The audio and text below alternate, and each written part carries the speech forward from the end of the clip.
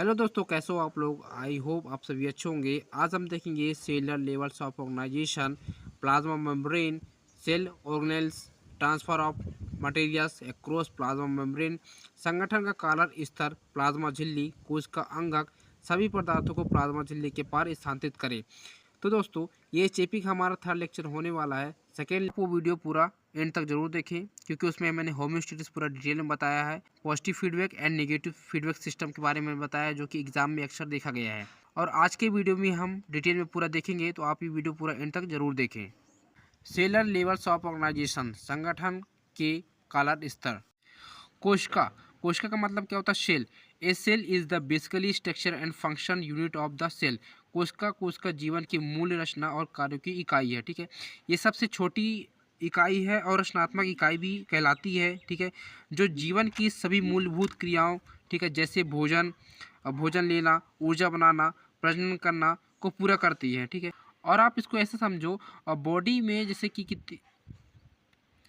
आप इसको ऐसे समझो, बॉडी में एक छोटा कमरा या फिर कक्ष है, जैसे मठ में होता है। ठीक है, इसका एक नाम सेल पड़ा। ये इतनी छोटी होती है कि आप इसको नग्न आंखों से नहीं देख सकते। ठीक है, आप इसको खाली आंखों से नहीं देख सकते, आपको देखने के लिए माइक्रोस्कोप का उपयोग करना पड़ेगा।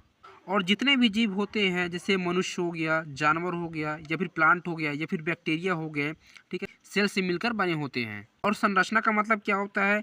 एक बाहरी झिल्ली होती है जिसे हम मेम्ब्रेन कहते हैं। ठीक है, के अंदर तरल पदार्थ, प्लाज्मा और विभिन्न अंग जैसे माइटोकॉन्ड्रिया, राइबोसोम होते हैं, जो खास काम करते हैं। The cell was first discovered and named by Robert Hooke in 1665। इसकी पहली खोज और नामकरण रॉबर्ट हुक ने किया था, जो कि 1665 में किया था। The first living cell was discovered by Anton van Leeuwenhoek. पहली जीवित कोशिका की खोज एंटियोन वेन ल्यूवेनहुक ने की थी। ठीक है, जो लिविंग सेल था, ठीक है, इसकी सबसे पहले डिस्कवर्ड किसने किया था? एंटोन वेन लुवेनहुक ने की थी। There are 200 different types of cell present in our body. हमारे शरीर में 200 विभिन्न प्रकार की कोशिकाएं मौजूद होती हैं। Cell biology and cytology is the branch in which we study about cellular structure and function. कोशिका जीव विज्ञान कैटोलॉजी वह एक शाखा है जिसमें हम कोशिका संरचना और कार्य का अध्ययन करते हैं। जो बायोलॉजी एंड साइटोलॉजी जो होती है, ठीक है, जिसमें हम कोशिका संरचना और कार्य का अध्ययन करते हैं। जो बायोलॉजी और जो साइटोलॉजी होती है, ठीक है, this is the branch in which we study about cellular structure and function. कोशिका जीव विज्ञान और साइटोलॉजी का वह शाखा है जिसमें हम कोशिका संरचना और कार्य, जो हमारी कोशिकाएं होती हैं, ठीक है, इसकी स्ट्रक्चर कैसी होती है और ये क्या कार्य करती है, ठीक है, हम सब अध्ययन करते हैं, हम सब स्टडी करते हैं किसके अंदर? बायोलॉजी एंड साइटोलॉजी के अंदर। ये हमारी एक सेल होती है, स्मॉल सेल होती है, जो कि हमारी बॉडी में प्रेजेंट होती है। ठीक है, माइटोकॉन्ड्रिया में प्रेजेंट होता है, लाइपोसोम्स प्रेजेंट होती है, राइबोसोम्स, स्मूथ एंडोप्लाज्मिक रेटिकुलम और Golgi apparatus body, cytoplasm, nucleus इसमें प्रेजेंट होते हैं सेल में। इसको हम स्टेप बाय स्टेप देखेंगे। पार्ट ऑफ सेल, कोशिका के प्रकार। ये cell basically divide into two major parts होते हैं। ठीक है, इसके टू मेजर पार्ट्स होते हैं। पहला होता है प्लाज्मा मेम्ब्रेन, प्लाज्मा झिल्ली, सेल ऑर्गेनेल्स, कोशिका अंगक। इसके अंदर क्या आती हैं? Cytoplasm, endoplasmic reticulum, ribosomes, Golgi apparatus, mitochondria, liposomes और न्यूक्लियस। माइटोकॉन्ड्रिया, लाइपोसोम और केंद्रक। अब प्लाज्मा मेम्ब्रेन देखेंगे। ठीक है, प्लाज्मा झिल्ली। Plasma membrane also known as cell membrane is a thin flexible होते हैं, इलास्टिक बैरियर और आउटर कवरिंग भी इसमें होती है, that separates the internal compounds of the cell from external environment. Plasma झिल्ली, इसमें कोशिका झिल्ली भी कहा जाता है। ठीक है, प्लाज्मा झिल्ली को कोशिका झिल्ली भी कहा जाता है, और ये एक पतली, लचीली और प्रत्यक्ष बाहरी परत इसमें होती है। ठीक है, ये एक पतली झिल्ली इसमें पाई जाती है और लचीली और प्रत्यक्ष बाहरी परत भी इसमें पाई जाती है, जो कोशिका के आंतरिक, ठीक है, जो कोशिका के अंदर भाग को बाहरी वातावरण से अलग करती है। It is a selectivity permeable membrane that allow only few substances to pass through it. यह एक चयनात्मक परागरस झिल्ली है जो केवल कुछ ही पदार्थों को अपने से गुजरने देती है। ठीक है, जो परमेबली होती है, ठीक है, एक कोशिका होती है जैसे ये कोशिका है, ठीक है, कोशिका के ऊपर जैसे परमेबिलिटी होती है, ठीक है, इसमें कुछ ही सब्सटेंस जो होती हैं परमेबल से कुछ सब्सटेंस को ही कोशिका अपने अंदर गुजरने देती है। प्लाज्मा मेम्ब्रेन किससे बना होता है? प्रोटीन जो कि 60 से 80% होता है, लिपिड्स होती हैं 20 से 40%, इन बीच 75% पार्ट्स इन फॉस्फोलिपिड्स होती हैं, कार्बोहाइड्रेट्स 1 से 2% में पाया जाता है। जो 75% होते हैं, ठीक है, ये फॉस्फोलिपिड्स के बने होते हैं, और कार्बोहाइड्रेट्स जो इसमें होता है 1 से 2% इसमें पाया जाता है। Plasma membrane contains bilayer of phospholipids, phospholipids की परत द्वारा प्लाज्मा झिल्ली की सामग्री थी। इसको हम आगे स्ट्रक्चर में समझेंगे और अच्छे से। फिर होता है the phospholipids molecules have two parts, ठीक है, फॉस्फोलिपिड्स अणुओं के दो भाग होते हैं। जो प्लाज्मा मेम्ब्रेन होता है, ठीक है, इसमें हेड एंड टेल दोनों होते हैं, ठीक है। हेड हाइड्रोफिलिक, हाइड्रोफिलिक क्या होता है? ये वाटर लविंग होती है, ठीक है, जल स्नेही होती है, यानी ऐसे पदार्थ जो अणु को पानी की ओर आकर्षित होते हैं और पानी में आसानी से घुल जाते हैं। यह पानी के साथ अच्छी तरह क्रिया करते हैं, जैसे नमक हो गया, शक्कर हो गया और कई प्रोटीन है, ठीक है। तो ये दोस्तों इसको अगर हम समझे टू पार्ट्स में अगर समझे, ठीक है, हाइड्रो का मतलब क्या होता है? हाइड्रो का मतलब होता है पानी, और फिलिक का मतलब होता है लव, वाटर लविंग। ये प्लाज्मा मेम्ब्रेन का दोस्तों कुछ इस तरह स्ट्रक्चर होता है। उसके बाद देखेंगे हाइड्रोफोबिक या लाइपोफिलिक, ठीक है। हाइड्रोफोबिक क्या होता है? जो कि पानी से डरता है, ठीक है। ये पानी को प्रतिकर्षित करने ऐसे पदार्थ जो पानी से घुलते नहीं हैं और पानी से दूर रहते हैं और जैसे कि गिरते हैं, ठीक है, इसकी जो बूंदें जो गिरती हैं दोस्तों, वो बूंदें अलग दिखाई देती हैं, वो बिखरती नहीं बूंदे से। जैसे ऑयल हो गया या फिर मोम हो गया और कमल के पत्ते। कि हाइड्रोफोबिक पदार्थ नॉन पोलर होते हैं, जबकि पानी एक ध्रुवीय पोलर अणु होती है और ये आपस में मेल नहीं खाते हैं। प्लाज्मा मेम्ब्रेन कुछ इस तरह दिखता है, ठीक है। ये हमारा जो होता है ये फॉस्फोलिपिड्स होती हैं, ठीक है, फॉस्फोलिपिड्स होती हैं, और जो ये होती है, ठीक है, ये पेरिफेरल प्रोटीन कहलाता है इसको, और हम और आगे नेक्स्ट वीडियो में अच्छे से देखेंगे तो आपको समझ में आएगा, ठीक है। और ये जो होता है ये हमारा इंटरनल प्रोटीन होती हैं, जो ये गोले गोले दिख रहे हैं ना आपको, ये फॉस्फोलिपिड्स होती हैं, और जो ये है ना ये बाइलेयर होते हैं, ठीक है, फॉस्फोलिपिड्स के बाइलेयर होते हैं। और जो ये बड़े बड़े ये जो दिख रहे हैं ना, ये हमारे मेम्ब्रेन चैनल होते हैं।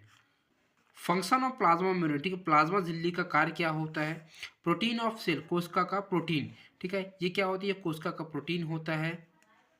Act as barriers to separate cell internal involvement from external organize, आंतरिक वातावरण की बाहरी जीवों से अलग करने वाली बाधा को रूप में कार्य करती हैं। ये आंतरिक वातावरण होती है, जो हमारी इंटरनल इन्वॉल्वमेंट होती है, जो हमारी अंदर की इन्वॉल्वमेंट होती है, वो बाहरी जीव, ठीक है, बाहरी जीव से अलग करने वाली बाधाएं के रूप में कार्य करती हैं। जो हमारी जो बाहरी जीव होती है, जो हमारी एक्सटर्नल लिविंग्स होती है, ठीक है, उससे अलग करने का कार्य करती हैं।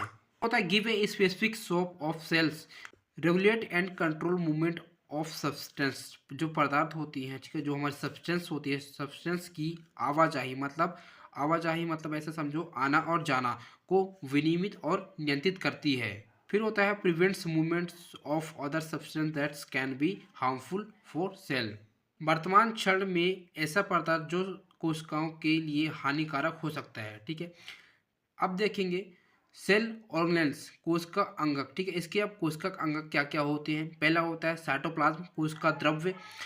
इट इज ए गेट like substance present in the whole cell from nucleus to plasma membrane, ठीक है, ये एक ऐसा पदार्थ है, साइटोप्लाज्म जो होता है ये, ठीक है, ये एक ऐसा सब्सटेंस है जो नाभिक से लेकर, ठीक है, जो होती है न्यूक्लियस से होती है, जो न्यूक्लियस से लेकर प्लाज्मा झिल्ली तक थोक में मौजूद होते हैं।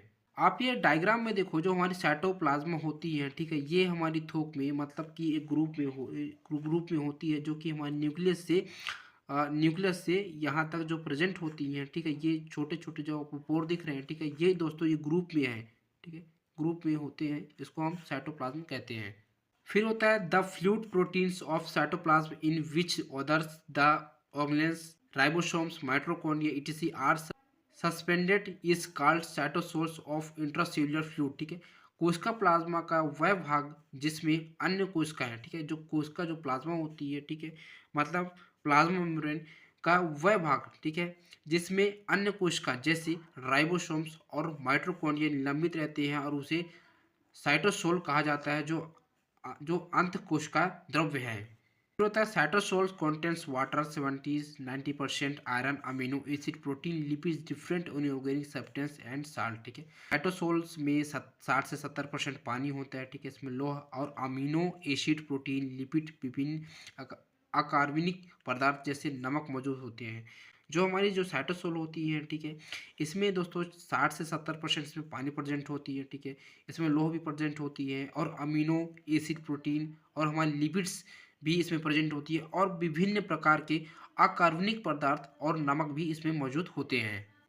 अब देखेंगे राइबोसोम्स। ठीक है, ribosomes these are tiny granules composed of RNA protein. ये आरएनए प्रोटीन से बने छोटे छोटे कण होते हैं। आप इस डायग्राम में देखो, जो हमारी राइबोसोम्स होती है, ठीक है, ये छोटे छोटे कण से मिलकर बनी होती है।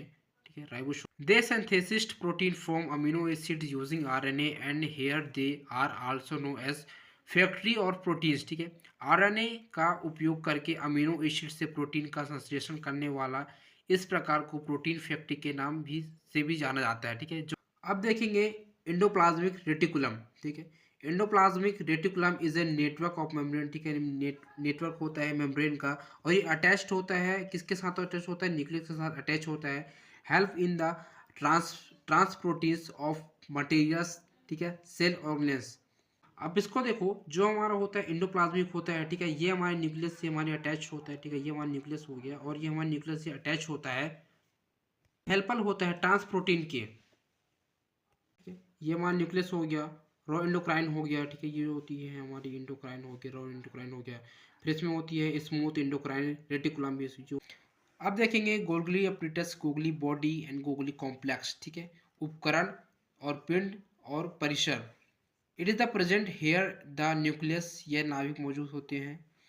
The protein move from endoplasmic reticulum to Golgi apparatus. आप इस डायग्राम में देखो, जो गोगली अपरेटस होती है, ठीक है, ये जो नाभिक से, ठीक है, नाभिक के पास होती है, प्रेजेंट होती है, या फिर ये नाभि में ही होती है। अब देखेंगे माइटोकॉन्ड्रिया। ठीक है, it's also known as powerhouse of cell. इसे कोशिका का पावर हाउस भी कहा जाता है। हमारे सेल में दोस्तों यहाँ ये प्रेजेंट होती है, माइटोकॉन्ड्रिया होती है। ठीक है, आप इसको ध्यान से देखो तो सबसे बड़ा सब्सटेंस जो होती है, ठीक है, यही हमको दिखाई दे रहा है। ये दोस्तों ये पावर हाउस होता है सेल का, जो कि सेल के साइड में प्रेजेंट होती है और it's consist of two membrane brown substance. ठीक है, ये दो झिल्लियों से घिरी संरचना का उपकरण बनता है। ठीक है, आउटर मेम्ब्रेन जो कि स्मूथ होती है, ठीक है, बाहरी झिल्ली, और उसके बाद दोस्तों होती है इनर मेम्ब्रेन। ठीक है, फोल्डेड भीतरी झिल्ली। आप इस पर देखो, जो हमारी माइटोकॉन्ड्रिया होती है, ठीक है, इसमें दो लेयर होती है। ठीक है, एक फर्स्ट लेयर ये होगी, सेकंड लेयर है दोस्तों ये होगी। ठीक है, जो हमारी जो फर्स्ट लेयर होती है, ठीक है, ये हमारी स्मूथली होती है। ठीक है, और चिकना होता है। और जो इसकी नीचे वाली जो हमारी लेयर होती है, ठीक है, ये जो होती है फोल्डेड है। ठीक है, मुड़ा जैसे आपको ये दिख रहा होगा। ठीक है, ये हमारी फोल्डेड होती है, इसको हम बोलते हैं तह बोलते हैं Hindi. They perform cellular respiration and during this process energy is released which is used to perform ATP and this ATP is utilized used by cell for performing various activities। ठीक है, हिंदी में देखिए, कोशिका श्वसन क्रिया करती है और इस प्रक्रिया के दौरान ऊर्जा मुक्त होती है जिसकी उपयोग एटीपी बनाने के लिए किया जाता है। इस एटीपी का उपयोग कोशिका द्रव गतिविधियों को करने में किया जाता है। ठीक, जो हमारी कोशिका होती है, ठीक है, ये श्वसन क्रिया करती है, सांस लेने का काम करती है और जो सांस लेने के दौरान जो हमारी ऊर्जा जो मुक्त होती है, इसके उपयोग से हम एटीपी बनाने में किया जाता है। ठीक है, और एटीपी बनाने का उपयोग कोशिका द्रव गतिविधि को करने के लिए किया जाता है। आप डायग्राम देखो तो इस तरह दिखता है। ठीक है, outer membrane then inner membrane. ठीक है, इसमें दो प्रकार के मेम्ब्रेन पाए जाते हैं। क्योंकि हमारी आउटर मेम्ब्रेन होती है, ठीक है, ये चिकनी होती है और जो हमारी इनर मेम्ब्रेन होती है फोल्डेड होती है। ठीक है, ये मुड़ा जैसे दिखता है ये। इसके बाद होता है लाइबोसोम। ठीक है, लायोसोम्स देयर मेम्ब्रेन ब्राउन structure filled with digestive enzyme. ये झिल्ली से घिरी संरचनाएं हैं जो पाचक एंजाइमों से भरी होती हैं। It help to clear cell by digestive frozen materials and damage cells organs. ठीक है, ये बाहरी पदार्थ और क्षतिग्रस्त कोशिकांगों को पचाकर कोशिका को साफ करने में मदद करती है। जो हमारी कोशिकाएं होती हैं, जो हमारी सेल्स होती हैं, ठीक है, ये क्या करते हैं, जो बाहरी पदार्थ होते हैं, जो एक्सटर्नल सब्सटेंसेस होते हैं और जो क्षतिग्रस्त जो बिखरी हुई जो कोशिकाएं होती है, ठीक है, इसको पचाकर कोशिका को साफ करने में मदद करती है। अगर हम साइटोक्रोम्स को अगर हम साइटोसोम्स, अगर हम लाइसोसोम्स को अगर जूम करके देखें तो ऐसे दिखते हैं, ठीक है। लाइसोसोम हमारा कुछ इस तरह के स्ट्रक्चर होता है जो कि एक कोशिका झिल्ली से घिरी होती है, ठीक है। ये पतली झिल्ली से घिरी होती है, संरचना से घिरी होती है। इसकी जो बाहर की जो परत होती है, ठीक है, इसको मेम्ब्रेन बोलते हैं, और जो अंदर की जो पोर होती हैं इनको हम हाइड्रोलाइटिक बोलते हैं। अब देखेंगे न्यूक्लियस, ठीक है, नाभिक। This nucleus is generally spherical और oval in shape and it is this largest structure of the cell. It also known of brain as brain of the cells, ठीक है। यह केंद्र गोलाकार या अंडाकार आकार का होता है और ये कोशिका की सबसे बड़ी संरचना है। इसे कोशिका का मस्तिष्क भी कहा जाता है। जो न्यूक्लियस होता है दोस्तों, ये दो प्रकार से पाया जाता है, ठीक है। पहला तो ये गोलाकार भी हो सकता है, या फिर दोस्तों ये अंडा के आकार का भी पाया जाता है। कोशिका की जो होती है सबसे बड़ी संरचना है, ठीक है, और इसे कोशिका का मस्तिष्क भी बोला जाता है। आप इस डायग्राम में देखो, जो हमारा न्यूक्लियस है, ठीक है, ये बीच में हमारी प्रेजेंट होती है, ठीक है। ये कोशिका का, इसको ब्रेन बोला जाता है, मस्तिष्क बोला जाता है। और ये दो प्रकार से पाया जाता है, ठीक है। ये गोला प्रकार भी पाया जाता है, या फिर अंडे के आकार का भी ये पाया जाता है, जिसको हम न्यूक्लियस बोलते हैं। फिर होता है it compound of two parts, ठीक है। जो हमारा न्यूक्लियस होता है दो प्रकार से होता है। पहला होता है न्यूक्लियर मेम्ब्रेन, न्यूक्लियोप्लाज्म, परमाणु झिल्ली या परमाणु आवरण, ठीक है, न्यूक्लियोप्लाज्म। ये सब को विस्तार से हम देखते हैं। पहला होता है न्यूक्लियर मेम्ब्रेन, ठीक है, परमाणु झिल्ली या परमाणु आवरण। It separates nucleus of cytoplasm, ठीक है। यह केंद्र को कोशिका द्रव से अलग करता है। इस पे देखो, जो हमारा न्यूक्लियस होता है, ठीक है, न्यूक्लियस जो होता है, ठीक है, ये हमारे साइटोक्रोम से ये दूर करता है। साइटोप्लाज्म होती है यहीं तक होती है, और जो न्यूक्लियस होती है यहाँ तक। जो हमारी न्यूक्लियस होती है, इसको अभी ये बॉन्ड हो गए और ये न्यूक्लियस के अंदर ही आता है, साइटोप्लाज्म को ये दूर करता है। छोटे पोर दिख रहे हैं, ठीक है, ये साइटोप्लाज्म कहलाता है। It contains pore space that permits transfer of materials, ठीक है, cytoplasm and nucleoplasm. Nucleoplasm. It is fluid ground substances covered by nuclear envelope. It contains nucleus and chromatin fibers material. इसको जूम करके देखें तो कुछ इस तरह दिखता है। इसको आप देखो, जो हमारे ऊपर की जो परतें होती है, जो न्यूक्लियस होती है, ठीक है, ऊपर की परतें बोलते हैं न्यूक्लियर इनवेलॉप, ठीक है। और जो हमारे सबसे अंदर होती है इसको बोलते हैं न्यूक्लियस। और जो इसके न्यूक्लियस जो ऊपर वाली जो परत होती है, जो संरचनाएं होती हैं, इसको बोलते हैं क्रोमेटिन मटेरियल्स। और जो हमारी क्रोमेटिन मटेरियल्स होती है, ठीक है, उसके टेल को जो बोलते हैं, वो बोलते हैं न्यूक्लियोप्लाज्म बोलते हैं। कि संरचना के जो ऊपर वाली जो परत होती है, इसको बोलते हैं न्यूक्लियर पोर। अब देखेंगे transfer of materials across plasma membrane, ठीक है, प्लाज्मा झिल्ली के पार पदार्थ का स्थानांतरण। Transfer of substances across the cell membrane is necessary to maintain the normal functioning and survival of the cell. कोशिका झिल्ली के पार पदार्थों का स्थानांतरण कोशिका के सामान्य कामकाज और अस्तित्व को बनाए रखने के लिए आवश्यक है। जो पदार्थों का जो ट्रांसफर होता है, ठीक है, और जो कोशिका के सामान्य जो काम काज करते हैं और उसके अस्तित्व को बनाए रखने के लिए ये आवश्यक होता है, ठीक है। Then substances move through the cell plasma membrane by two major part. ये दो प्रमुख प्रक्रियाओं द्वारा पदार्थों को उसका प्लाज्मा झिल्ली से होकर गुजरते हैं। प्रोसेस कौन कौन से हैं? पहला होता है पैसिव ट्रांसफर प्रोसेस, ठीक है। फिर होता है एक्टिव ट्रांसफर प्रोसेस, निष्क्रिय परिवहन प्रक्रिया, या फिर सक्रिय परिवहन प्रक्रिया। देखेंगे पैसिव ट्रांसफर प्रोसेस, ठीक है। In passive transport substances move across the cell membrane from the area of high concentration to the area of low concentration, ठीक। निष्क्रिय परिवहन से पदार्थ कोशिका झिल्ली के पार कम सांद्रता वाले क्षेत्र से आगे से विपरीत दिशा में गति करते हैं।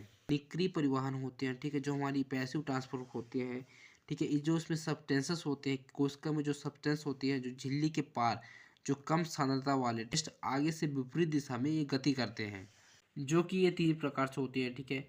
It is of the three types. पहला होता है सिंपल डिफ्यूजन, ठीक है, सरल विसारक। फिर होता है फैसिलिटेटेड डिफ्यूजन, सुगम प्रसार। फिर होता है ऑस्मोसिस, ठीक है, ऑस्मस। पहला होता है सिंपल डिफ्यूजन, ठीक है, सरल विसारक। In simple diffusion substances simply moves across cell membrane from the area high concentration to the area of lower concentration. Carrier protein, ठीक है। तरल मिश्रण में पदार्थ कोशिका झिल्ली के पार उच्च सांद्रता वाले क्षेत्र से कम सांद्रता वाले क्षेत्र की ओर वाहक प्रोटीन द्वारा गति करता है। जो हमारे सरल मिश्रण में जो कोशिका होती है, ठीक है, जो सब्सटेंसेस होती हैं, जो हमारी जो कोशिका जो झिल्ली होती है, ठीक है, झिल्ली के जो पार के उच्च जो सांद्रता वाले क्षेत्र होते हैं, जो कि हाई कॉन्सेंट्रेशन वाले जो क्षेत्र होते हैं, एरिया होते हैं, एरिया से कम कॉन्सेंट्रेशन वाले क्षेत्र की ओर ये वाह करते हैं, ठीक है, मतलब कि जाते हैं, वो भी प्रोटीन द्वारा जो गति करता है। जैसे कि आप ये डायग्राम में समझो, जो हमारा हाई कॉन्सेंट्रेशन होता है, ठीक है, जो हमारी प्लाज्मा मेम्ब्रेन है, इससे जो वाह कर दी है, ठीक है, इससे जो जाती है प्रोटीन के साथ जाती है, वो लो कॉन्सेंट्रेशन की ओर जाती है। सेकेंड होता है फैसिलिटेड डिफ्यूजन, ठीक है, सुविधा विसरण। It is also known as carrier-mediated diffusion. It these molecules move from high concentration to low concentration with the help of carrier protein, ठीक है। इसे वाहक मध्यस्थता प्रसार के नाम से जाना जाता है। इसमें अणुवाहक प्रोटीन की सहायता से उच्च सांद्रता से भिन्न सांद्रता की ओर गति करते हैं। थर्ड होता है ऑस्मोसिस, ठीक है, osmosis. Osmosis is simply defined as movement of solvent molecules across a semi-permeable membrane, and here the solvent is basically water. Hence osmosis can be defined as movement of water molecules across cell membrane and plasma membrane, ठीक है। प्रसारण को सरल शब्दों में अर्धपरागीय झिल्ली के are पार विलायक अणु की गति के रूप में परिभाषित किया जाता है, और विलायक मूल रूप से पानी होता है। प्रसारण को कोशिका झिल्ली के आर पार पानी के अणु की गति के रूप में भी परिभाषित किया जाता है, ठीक है। फिर होता है एक्टिव ट्रांसपोर्ट, सक्रिय परिवहन। Active transport is defined as a process that involve the movement of molecules from a region of lower concentration to a region of high concentration by using external energy. सक्रिय परिवहन बोलते हैं, ठीक है, active transport को सक्रिय परिवहन बोलते हैं। सक्रिय परिवहन को एक ऐसी प्रक्रिया के रूप में परिभाषित किया जाता है जिसमें जो बाहरी ऊर्जा होती है, जो हमारी एक्सटर्नल एनर्जी होती है, बाहरी ऊर्जा का उपयोग करके अणुओं को कम सांद्रता, ठीक है, लो कॉन्सेंट्रेशन वाले क्षेत्र एरिया से अधिक सांद्रता वाले क्षेत्र में ले जाया जाता है, जो एनर्जी में कन्वर्ट करके, ठीक है, एक्सटर्नल एनर्जी में कन्वर्ट करके इसको हाई कॉन्सेंट्रेशन में ले जाया जाता है, हम एक्टिव ट्रांसपोर्ट के रूप में जानते हैं, ठीक है। और ये कितने प्रकार के होते हैं? दो प्रकार से होते हैं, ठीक है। पहला होता है प्राइमरी एक्टिव ट्रांसपोर्ट, सेकंड होता है सेकेंडरी एक्टिव ट्रांसपोर्ट, ठीक है। प्राथमिक सक्रिय परिवहन, द्वितीयक सक्रिय परिवहन।